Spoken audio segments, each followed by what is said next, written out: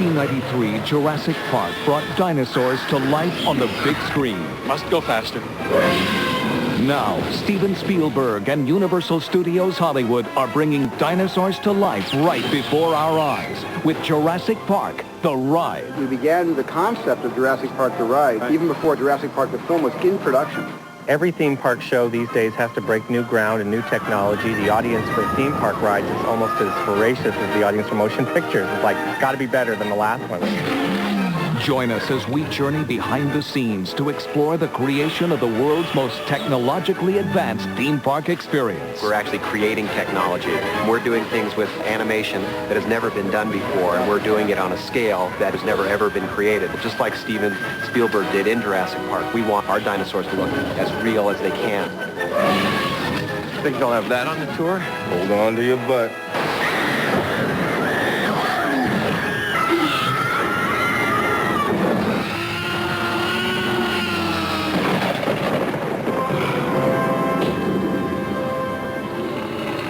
On June 11, 1993, dinosaurs roamed the Earth once again, and man's desire to walk amongst these prehistoric creatures was finally realized. It's a dinosaur. At least on the silver screen. Steven Spielberg's film Jurassic Park opened that summer to sold-out theaters around the country, and eventually around the world. Never before had the motion picture industry experienced the magnitude with which Jurassic Park inspired, thrilled, and terrorized audiences by making the impossible seem possible. Well, Steven was able to create computer-generated dinosaurs that could do anything. They could run, they could walk, that seemed as real as could believe. Look out! No! Based on author Michael Crichton's best-selling novel, Spielberg's Jurassic Park rekindled humankind's fascination with these extinct creatures. But why are we so fascinated in the first place? That's the greatest question of all, is why are we so in love with these dinosaurs? Of all extinct animals, and 99% of life has gone extinct, what's so special about these dinosaurs?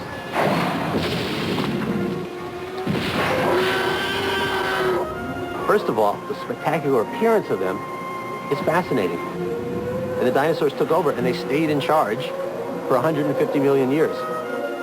Dinosaurs are the most successful animals in the history of planet Earth. They've been still knocked out by their enormity, their power, their success. And there's something very special that starts when we're a kid, and it's almost genetic, this attachment we have to dinosaurs. Come on, girl. Come on up here, girl. God bless you! Kids look up at dinosaurs and they say, you know, I love dinosaurs because they're not fantasy, they once were real. They are the monsters of our imagination, but they're real animals. And that they once were real, I think, makes children, you know, very compelled to know more about them. And I think that that fascination is always going to be there. Certainly this most recent wave of dinomania won't be going extinct anytime soon, because Universal Studios Hollywood now gives us the next chapter in the Jurassic Park saga with Jurassic Park, The Ride. A unique river adventure that brings you face to face with the wonders and terrors of a world gone by. These are the largest scale animated characters ever created for any type of attraction. This is not a movie. This is really happening. There's nothing more exciting that I can even think in my head than being able to ride the movies. Ironically, the idea for the ride started a full 3 years before the movie went into production. This means before anyone, including Spielberg, knew what a technical milestone the film would become. The Jurassic Park attraction started in development when the book came out. Steven immediately contacted us and said, this book is going to make a great ride. And so began a project that would quickly become more expensive, more time-consuming, and more technically challenging than the movie that would share its name. One of the first problems was, what kind of ride do you make Jurassic Park? One of the things that we found very interesting in the book, and most of the book focused on the Jeep ride portion of it, but there's one really engaging sequence where they're floating down a river and they're being attacked and they're moving through the water. They said, boat ride. Yeah, Universal doesn't have a boat ride. Thrills, big drops, high capacity. I think that's a good idea. What's full range of motion? Enlisting the most experienced designers in the world of theme park attractions, Universal Studios Hollywood officially began development on Jurassic Park The Ride in December 1990. Initially, it starts off as drawings, sketches on paper, schematic, conceptual designs, we call it, and over the last 2 years have had to create an amazing set of drawings. I think it's 500 sheets of drawings and specifications. And then once we establish that concept, we work with the architects to develop the visual models, and then we started building these models. And once we saw the models, we started getting really excited. Everybody could visualize what we were building. We developed the model at eye level, so that the model is actually on stilts, so you could walk through, and your eyes were the same level as the boat. So as you're walking through the ride path, you're seeing with your eyes exactly what you'll see with the boat itself when the boat is in there. And it's kind of tricky because your head just fits in the boat slot, you know. And Mr. Scheinberg and Mr. Wasserman and Steven Spielberg, everyone came down, and we had to walk them through that so they could actually see everything the way it was going to be. This new Jurassic Park would be the creation of John Hammond. Welcome to Jurassic Park. The same man who created the original Jurassic Park in Costa Rica. Perhaps I should just make note that the Costa Rica operation shut down back in '93. You might recall the wee problem we experienced, only due, I might say, to sabotage. Sir Richard Attenborough recreating his character, who's basically saying, you know, we made a few mistakes the first time around. But this time around we've done it right, and Universal Studios has been kind enough to give us the space to create this new Jurassic Park, and this is really the way it should have been the first time. Our Hollywood Park is better than ever and incorporates safety features that will ensure a Costa Rica incident could never happen again. Or could it? When we come back, we'll see the creation of a dinosaur's home at the new Jurassic Park.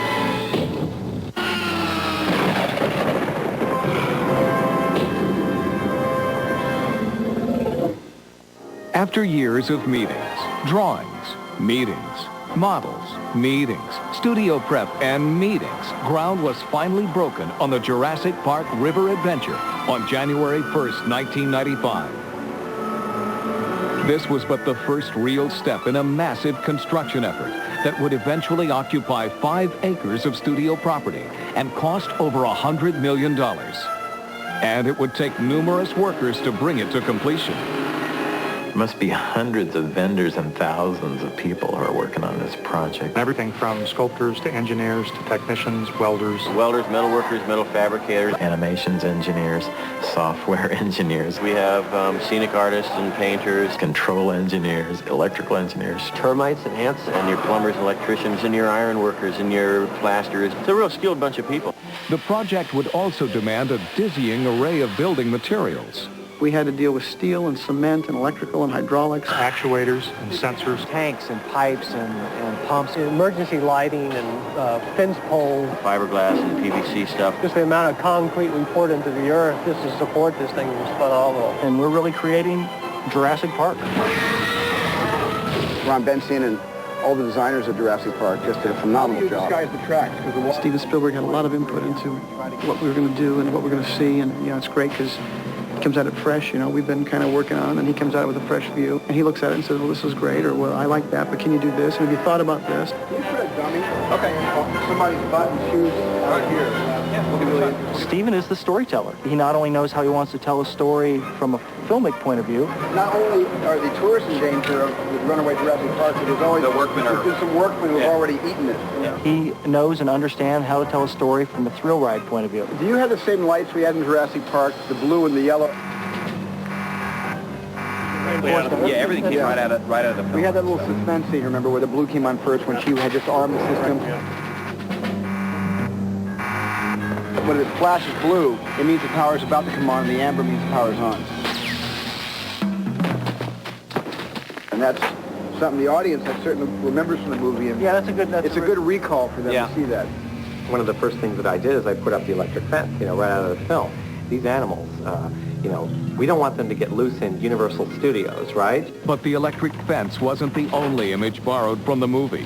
The ride designers also went as far as to build their own mountain, plant their own Costa Rican jungle, produce a cascading waterfall, and duplicate spectacular moments from the very heart of the film.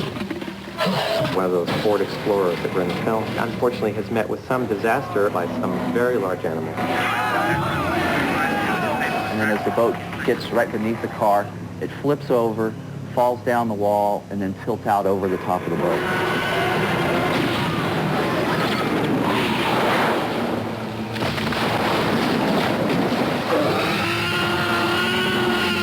Sound is something up above your head that you can't see, and you get a little bit more nervous. From a soundtrack point of view, we have to totally reinforce the mood. And sometimes the soundtrack will take a very prominent role in a scene. We were fortunate enough to be able to take the original sounds that Gary Rydstrom created for the actual film, put them into the digital editor, and pitch them up, pitch them down to make it match the actual animation for the ride.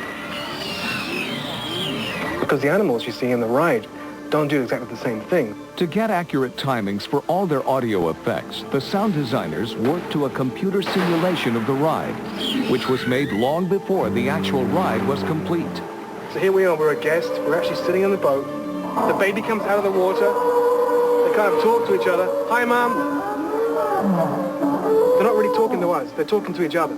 Of course, some of the sounds borrowed from the film suggest things you might rather not see. You don't actually have to see anything. You know something is going on, and it makes it scary. And I think part of this ride is scary. In fact, the dangers of Jurassic Park become all too apparent the closer we get to the immense genetics laboratory. Inside this ominous structure, amongst the chemical tanks and incubation chambers, biologists work diligently to recreate dinosaurs from ancient dinosaur DNA. Just like they did in the feature film. What species is this? It's a velociraptor. Of course, the film showed us what happens when we tinker around with nature.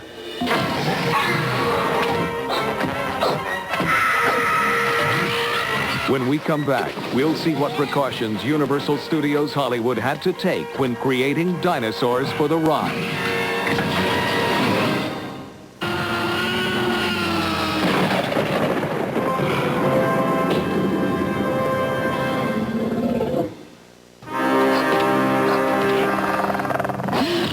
Once the film came out, we saw how terrific and how fantastic the dinosaurs were.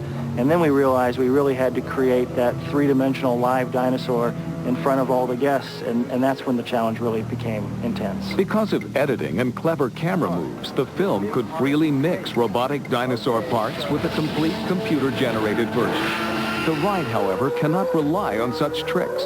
Every dinosaur here had to be a complete life-size robot, and yet move in the natural style of the computer animation. There are a couple of things that are involved in making a dinosaur move convincingly. Part of it's the work of somebody who knows something about how dinosaurs move. The other part is somebody who knows something about how to make machines move. Steven Spielberg himself said, listen, when I was researching this project, Jurassic Park, the motion picture, I saw every single robotic dinosaur made on the Earth, trying to find the best one. And he said, frankly, everything I saw was herky-jerky, stiff, unbelievable, unrealistic. And he said, and if that's all that you can do, if that's the state of the art, let's just not do this. Prior to the Jurassic Project, Universal Studios Hollywood's crowning achievement in animatronic technology was King Kong, who made his debut at the park more than a decade earlier. Before Steven Spielberg knew what computer technology could do for his movie version of Jurassic Park, he approached King Kong's creator, Bob Gurr, with the idea of applying the same technology to create dinosaurs. Bob Gurr and I had some initial conversations about making some of the dinosaurs full-size. Matter of fact, I initially wanted to make all the dinosaurs full-size, and that, of course, was just my wishful thinking. Perhaps it was wishful thinking for the movie, but when it came time to build a ride, Spielberg's idea of making all the dinosaurs full-size proved to be the only way to go. But that posed a new problem. How do you top King Kong?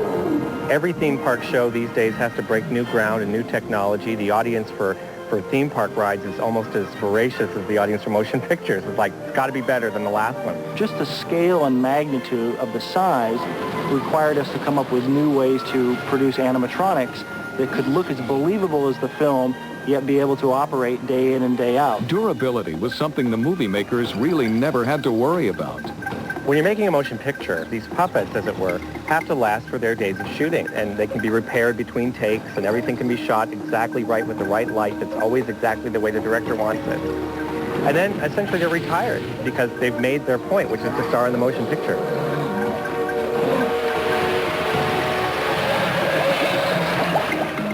But the dinosaurs on the ride had to be able to perform complicated movements without a hitch and be able to perform them over and over and over and over and over and over and over and over and over and over again. These dinosaurs have to last 16 hours a day, every day, you know, all year long. But that would be like driving a car 100,000 miles a year. On top of the durability problem, the ride dinosaurs were also expected to keep up appearances. They had to look realistic from all sides, while the movie dinosaurs tended to only show off their good side. In the movie, they only had to look good from that one film angle. So making the theme park attraction was actually much more difficult. The difficulty was further compounded by water. The whole ride is on water, and all the dinosaurs were to be near or even in the water. But water and animatronics are not traditionally compatible. When rain fell on the robotic T-Rex used in the movie, it promptly developed the shakes and had to be dried off constantly. Way back when the Jurassic ride was still in its planning stages, overcoming all these obstacles seemed, by all accounts, impossible. 6 years ago, the technology just wasn't there to make robots that could do that kind of thing. Nevertheless, the ride designers were determined to make it happen. We accomplished that by pushing the envelope further than we'd ever pushed it before. We're actually creating technology. We're doing things with animation that has never been done before, and we're doing it on a scale that heretofore has never ever been created. The ride designers forged new ground with the help of Sarcos Industries, an aerospace firm who first made their mark in a slightly different field. Well, a long time ago, we developed an artificial arm for amputees. This artificial arm was just the first in a long line of state-of-the-art robotic contraptions the company developed not only for medical purposes, but also for high-tech concerns like the space program. When people from the entertainment business saw that, they said, gee, could you do that for some of our robots? And they're saying, oh, wow, no one's ever asked us to do that before. And we said, can it be done? And they said, yeah, I think so. I don't know why not. Yeah, I'm sure it can be done. But it took that 6 years to really get to where we are now. As with everything else in the ride, the creation of each robotic dinosaur was a painstaking, multi-layered task. We start with drawings based on the park requirements in terms of what they need, what the animal does. And then we go to sculpting of a maquette, which is an actual 2-scale model of the anatomy of the particular dinosaur we're working on. And this becomes our Bible. The engineers saw theirs apart so that they can take cross-sections, which allows them to design the internal robotic structure. At the same time, we have our copies, and we use those to create a full-scale version in foam, which is what you see behind me here. The full-scale body sections are intricately carved to show realistic skin folds and wrinkles. Each section is then covered with layers of oil-based clay and silicone. This serves to make the mold from which the final skin is made. The skin is then fitted onto its robot and painted, whereupon it awaits its ultimate test, movement. Everything has to be very fluid and very animal-like. I program basically on a simple laptop. You can actually control the speed and how fast and how soft you want to move it, and you add all those analog functions. You put in one at a time. As you put in one, then you add on the next one and so forth, and start creating this whole action with the character. And eventually it evolves into a nice piece of acting. We've come up with some pretty startling images. When you wind up back in the carnivore territory, you're seeing animals that have the kind of speed and agility like a cobra snake. They kind of look at you and they say, I want to eat your head, and they go for it. And as in the movie, once things get out of control, you're in for the ride of your life.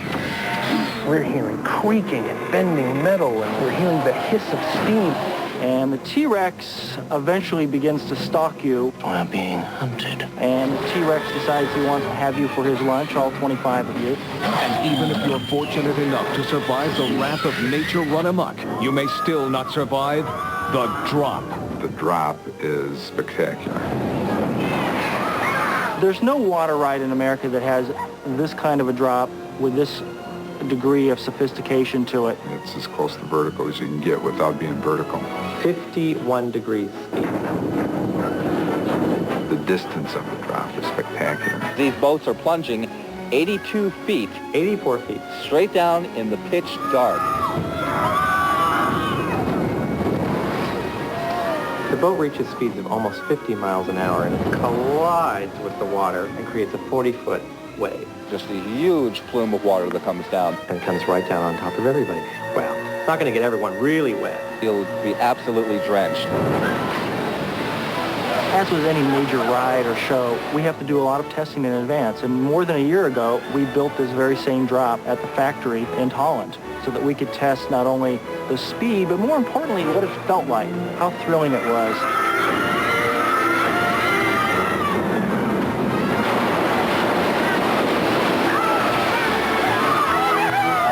I'm very squeamish about fast rides.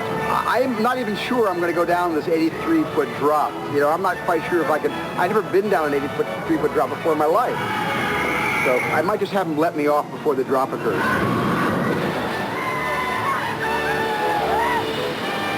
The Jurassic Park ride is going to be exciting, it's going to be fun, it's going to be scary, but it's going to be for everybody. Yeah, that's nice. There we go. There's no better theme park ride in the world. This is it. Dinosaurs are spectacular. It's an 84-foot drop. It's a great experience. So this really is a chance to, you know, three-dimensionally live the movie and ride the movie.